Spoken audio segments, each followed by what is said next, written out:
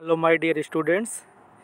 इस वीडियो में हम जो है हाइड्रोसिफेलस टॉपिक को कंटिन्यू करेंगे और कंप्लीट करेंगे। जैसा मैंने आपको बताया था, इस वीडियो में हम इसकी pathophysiology, sign and symptoms, diagnostic evaluation and treatment जो सर्जिकल मैनेजमेंट है वो कंप्लीट कर लेंगे। ठीक है, तो सबसे पहले अपन बात कर लेते हैं पैथोफिजियोलॉजी की।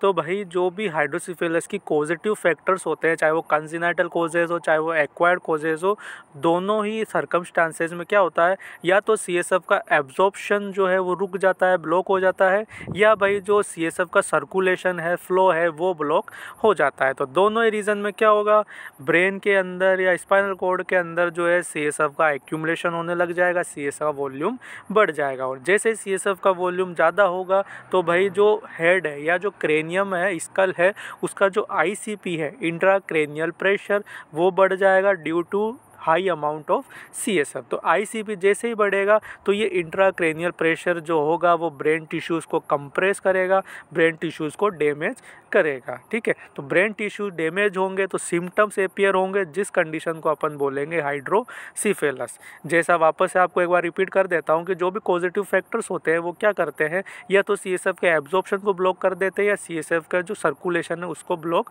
कर देते हैं। तो दोनों ही रीज़न में क्या होगा, सीएसएफ का जो वॉल्यूम है, लेवल है, वो ब्रेन में जो है बढ़ जाएगा। और जो ये लेवल बढ़ा हुआ रहेगा ये क्या करेगा, ब्रेन में इंट्राक्रेनियल प्रेशर को बढ़ा देगा।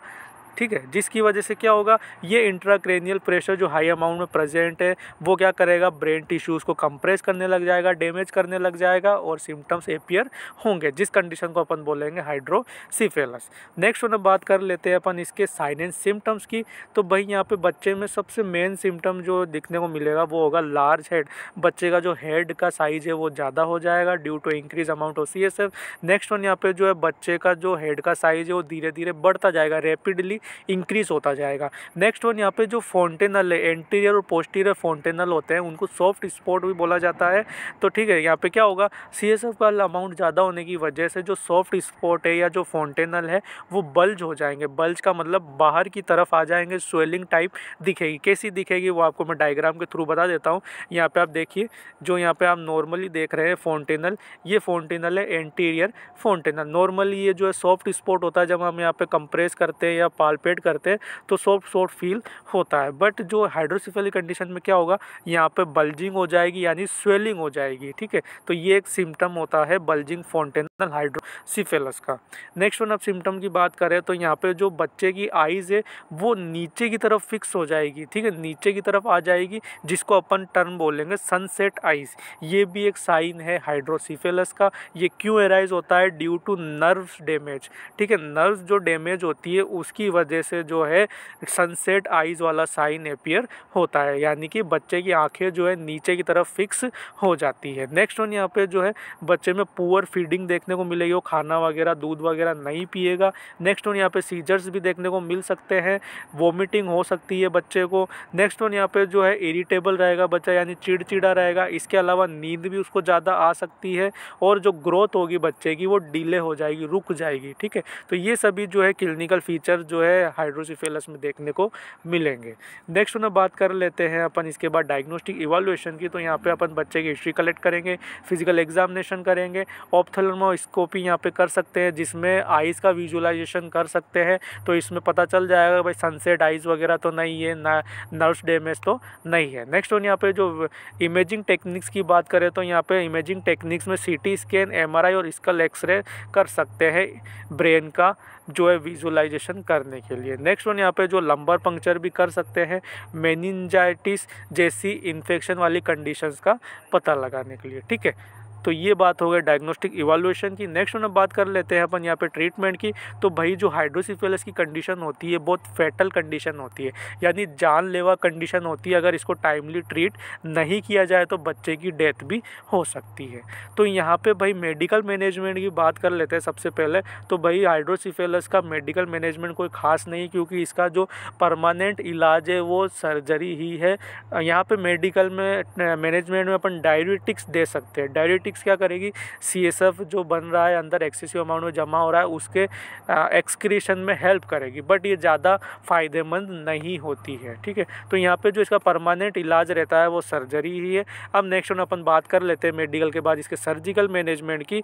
तो भाई यहाँ पे जो सर्जरीज़ के आप नाम देख रहे हैं ये वो सर्जरीज़ है जो हाइड्रोसिफेलस को ट्रीट करने के लिए की जाती है, जिसमें पहली आती है एंडोस्कोपिक वेंट्रिकुलोस्टोमी, जो कि एक टेम्पररी सर्जरी यानी टेम्पररी पर्पस के रूप में की जाती है। इसके अलावा जो 4 सर्जरी के आप नाम देख रहे हैं ये परमानेंट सर्जरीज होती है, जिसमें आती है वेंट्रिकुलो पेरिटोनियल शंट, जिसको शॉर्ट फॉर्म में VP शंट भी कहा जाता है। इसके अलावा वेंट्रिकुलो एट्रियल शंट, जिसको VA शंट भी कहा जाता है, वेंट्रिकुलो प्यूरल शंट भी और वेंट्रिकुलो गोल ब्लैडर शंट भी आती है। मेनली जो की जाती है ये 3 सर्जरीज परफॉर्म की जाती है। ठीक है, तो अब इनको जो अपन सर्जरीज को अपन पढ़ेंगे, सर्जरीज को पढ़ने से पहले मैं आपको ये बताना चाहता हूँ कि भाई जो ये सर्जरीज परफॉर्म की जाती है तो उनके लिए इंसर्शन पॉइंट होता है। इंसर्शन पॉइंट वो होता है जहाँ से स्कल के थ्रू जो है ब्रेन के अंदर जो है ट्यूब या कैथेटर या एंडोस्कोप डाला जाता है और वहाँ से फ्लूइड को बाहर निकाला जाता है। तो भाई जो इंसर्शन पॉइंट होता है जहाँ पे अपन जो सर्जिकल इंस्ट्रूमेंट डालते हैं उस पॉइंट को बोलते हैं, इंसर्शन पॉइंट को बोलते हैं कोचर पॉइंट। क्या बोलते हैं? कोचर पॉइंट। इसी पॉइंट से जो है इंस्ट्रूमेंट अंदर इंसर्ट कराया जाता है ब्रेन में। अब यहाँ पे आप जो डायग्राम देख रहे हैं कोचर पॉइंट का, तो भाई कोचर पॉइंट कहाँ प्रेजेंट रहता है? तो ये जो कोरोनल फ्यूचर होता है लेटरल साइड में, इस कोरोनल फ्यूचर के जस्ट एंटीरियर 3 सेंटीमीटर एंटीरियर, और जो मिड लाइन है, ये जो मिड लाइन है इससे जस्ट 1 सेंटीमीटर इधर की तरफ जो है ये कोचर पॉइंट प्रेजेंट रहता है। इस कोचर पॉइंट से आप देख रहे हैं जो लेटरल वेंट्रिकल है उसमें ये रेड लाइन जो जा रही है, इसी तरीके से जो है इंस्ट्रूमेंट को अंदर इंसर्ट कराया जाता है। ठीक है, तो जो इंसर्शन पॉइंट होता है जहाँ से इंस्ट्रूमेंट अंदर डाला जाता है वेंट्रिकल में, इस पॉइंट को क्या बोलते हैं? कोचर पॉइंट। तो अब अपन सर्जरी की तरफ बढ़ते हैं। तो आपको पता चल गया इंसर्शन पॉइंट का।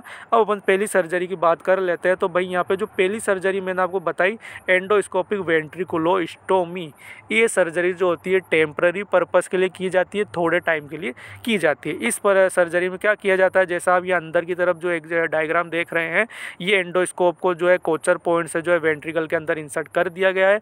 अब क्या किया जाता है, इस एंडोस्कोप से एक ट्यूब अटैच होती है। ये ट्यूब जो होती है बाहर की तरफ एक बैग से जो है अटैच रहती है, कलेक्टिंग बैग रहता है बाहर की तरफ, उसमें जो है यहाँ से CSF बाहर की तरफ जो है जमा होता रहता है। जैसे डायलिसिस की प्रोसेस आपने देखी होगी, पेरिटोनियल कैविटी से जो है बाहर की तरफ जो है फ्लूइड आता है कलेक्टिंग बैग में, सेम लाइक इसमें भी क्या होता है, वेंट्रिकल से जो है ट्यूब के थ्रू जो है कलेक्टिंग बैग में जो है CSF बाहर की तरफ जमा होता रहता है। ये जो सर्जरी होती है ये टेम्पररी पर्पस के लिए होती है, कुछ टाइम के लिए की जाती है। ठीक है, अब अगर मान लो यहाँ पे जो है परमानेंट ऑप्शन रखना है यानी परमानेंट सर्जरी करनी है, तो भाई यहाँ पे जो डॉक्टर है कहाँ पे आते हैं, किस सर्जरी की तरफ बढ़ते हैं?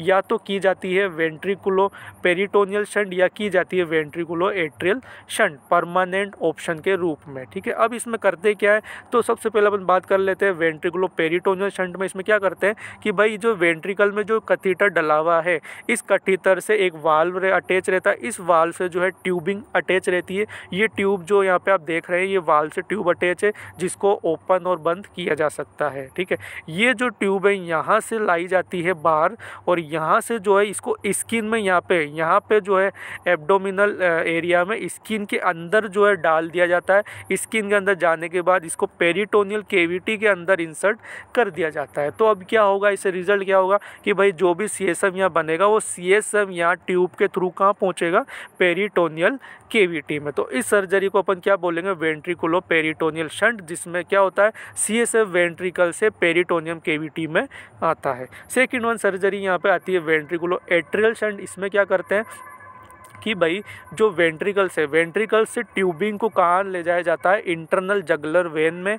इंटरनल जगुलर वेन से जो सुपीरियर वेना केवा, और सुपीरियर वेना केवा से जो है भाई ट्यूब जाती है राइट एट्रियम में, ठीक है। अब राइट एट्रियम से आपको पता ही है, राइट एट्रियम से पूरी जो नॉर्मल फ्लो होता है ब्लड का, राइट वेंट्रिकल से फिर पल्मोनरी आर्टरी से लंग्स में, लंग्स के थ्रू मतलब पल्मोनरी वेन से आता है लेफ्ट एट्रियम, लेफ्ट से राइट वेंट्रिकल, देन एरोटा से पूरी बॉडी में सर्कुलेट होता है। ये नॉर्मल फ्लो है ब्लड का, ठीक है। तो यहाँ से कहाँ पे आ रहा है, ये जो ये सब कहाँ आ रहा है, ट्यूब के थ्रू राइट एट्रियम में। तो इस सर्जरी को अपन बोलेंगे वेंट्रिकुलो एट्रियल शंट। इसके अलावा थर्ड सर्जरी भी यहाँ कर सकते हैं, वेंट्रिकुलो प्यूरल शंट। भाई वेंट्रिकुलो प्यूरल शंट जो होता है, इसमें प्यूरल केविटी जो होती है, लंग्स की जो प्यूरल केविटी है उसमें ट्यूब को इंसर्ट करा दिया जाता है। पर वो सर्जरी कब की जाती है, वो सर्जरी जब की जाती है जब भैया तो वीपी शंट या वीए शंट जो है काम नहीं आ रहा हो या इसको करने में कॉम्प्लिकेशंस हो, ठीक है। तो उस टाइम जो है वेंट्रिकुलो प्यूरल शंट किया जाता है। तो आपको यहाँ पे समझ में आ गया होगा भाई सर्जरीज़ के बारे में। अब नेक्स्ट वन अपन बात कर लेते हैं इसके नर्सिंग मैनेजमेंट की। तो भाई यहाँ पे कुछ नर्सिंग डायग्नोसिस आप देख रहे हैं। पहला है इनइफेक्टिव सेरिब्रल टिश्यू परफ्यूजन, यानी टिश्यूज़ में जो है परफ्यूजन नहीं होगा। क्यों नहीं होगा, या तो जो ब्लॉकेज है उसकी वजह से, ठीक है। नेक्स्ट वन यहाँ पे जो है पेशेंट में एंजाइटी रहेगी, बच्चे में बच्चा अगर समझदार है तो उसमें एंजाइटी रहेगी, या फिर उसके जो पेरेंट्स है, फैमिली मेम्बर्स है, उनमें एंजाइटी रहेगी। नेक्स्ट वन यहाँ पर रिस्क फॉर इंजरी रह सकती है। नेक्स्ट वन यहाँ पे रिस्क ऑफ इन्फेक्शन भी हो सकता है, ठीक है। तो अब ये जो भाई इंटरवेंशंस क्या क्या प्रोवाइड करेंगे, तो यहाँ पे जो इंटरवेंशंस हैं अपन pre operative and post operative किधर पढ़ेंगे। तो प्री ऑपरेटिव केयर का मतलब है आप बिफोर द ऑपरेशन करने से पहले क्या क्या केयर प्रोवाइड करेंगे बच्चे को। तो भाई यहाँ पे न्यूट्रिशन अपन मेंटेन करके रखेंगे बच्चे को जो है डायग्नोस्टिक टेस्ट या प्रोसीजर्स के लिए प्रिपेयर करेंगे।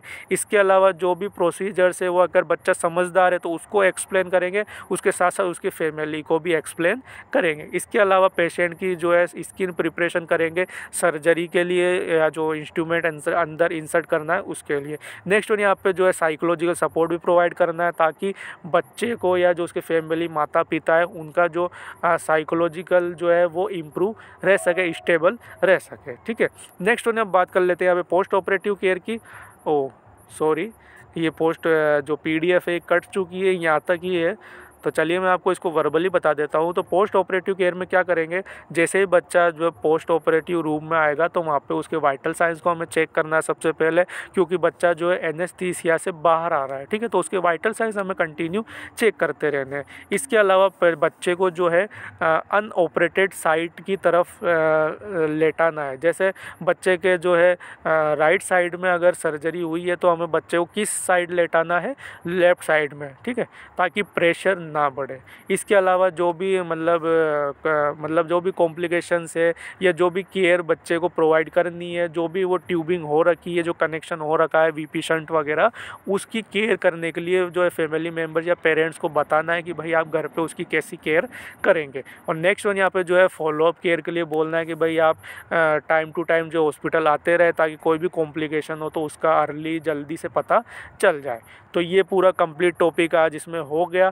अगर आपको इसमें कोई भी दिक्कत हो, प्रॉब्लम हो, तो प्लीज़ कमेंट करके पूछ लीजिएगा और वीडियो को ज़रूर लाइक कर देना। Thank you.